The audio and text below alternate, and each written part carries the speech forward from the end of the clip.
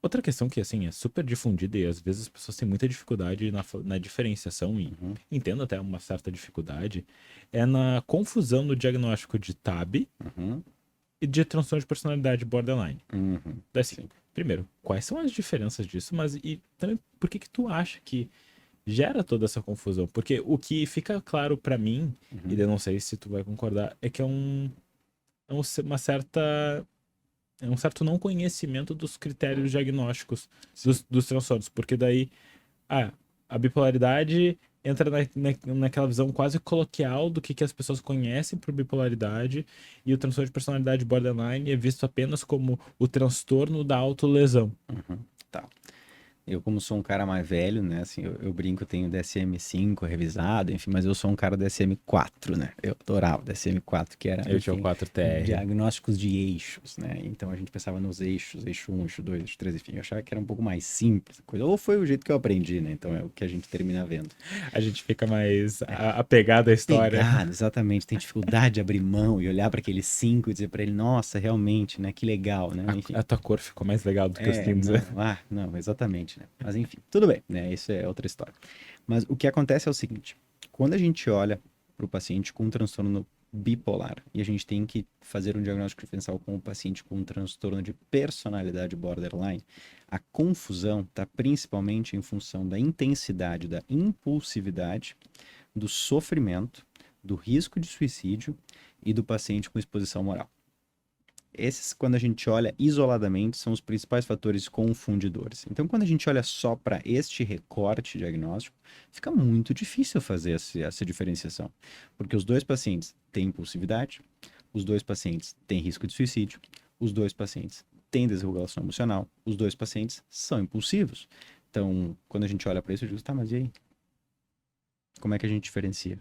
Por todo o resto. Uhum. Pensando que o paciente com diagnóstico de transtorno de personalidade borderline, a gente vai pensar que ele tem um funcionamento desta forma. Claro, principalmente quando ele ainda não recebeu um tratamento, ele não entendeu como isso funciona. Então, imagina aquele paciente cru, que nunca teve uma exposição ao que é, o que ele tem, o que ele sofre, como ele funciona. Então a gente vai ver um paciente que tem um funcionamento que termina muitas vezes ficando agudizado, principalmente por estímulos que costumam ser afetivos, relacionados às interações sociais, relações amorosas, relações familiares, e que terminam ativando esses esquemas e que fazem com que o paciente tenha desregulações emocionais. Então aí a gente vai olhar para o paciente com TPB, né, personalidade borderline.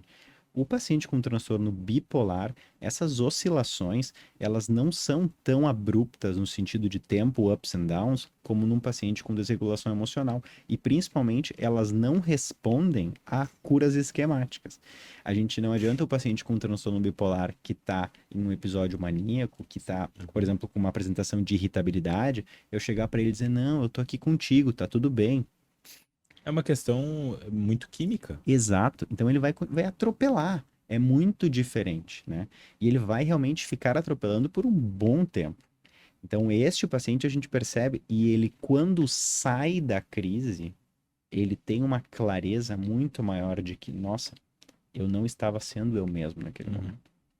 E é um paciente que, entre crises, pode ter um funcionamento completamente normal, Uhum. né? Sem apresentação de prejuízos nas relações interpessoais ou de um sofrimento que termina ficando enraizado. E aí, olhando para os tratamentos, por mais que tenha saído, eu acho que uns 2 meses atrás, saiu no JAMA uma revisão sobre tratamento farmacológico em paciente borderline, enfim, acho um pouco questionável. O paciente bipolar, o fármaco costuma funcionar muito bem. No borderline, a gente trata sintoma. Uhum. No borderline, a gente trata o episódio depressivo que ele entrou. No borderline, a gente trata a impulsividade que esse paciente tem. A gente termina tentando fazer um composê para auxiliar numa diminuição da intensidade dos sintomas que o paciente tem nos momentos de desregulação. Diferente do paciente bipolar, que a gente está tentando prevenir que ele tenha um episódio, seja depressivo ou maníaco. É Perfeito, eu diferente. acho que isso daí já deixa bem claro e delimita Uhum, muito bem o que que é um e o que que é o outro, né? E eu acho que assim, é, é- volta para isso, para aquela questão, se eu tô com tanta dificuldade disso, voltem e releiam os critérios diagnósticos. Porque na medida que tu lê os critérios diagnósticos é muito claro. exato. Então, assim, acho que é também uma questão da gente poder se instrumentalizar para a Uhum. gente poder fazer isso. E eu entendo que, de novo, várias universidades não vão passar isso e a gente não vai ter o critério bonitinho. Mas aí é o Uhum. nosso trabalho também É, como exato. clínico de fazer a nossa... Exatamente. A gente buscar. Exatamente.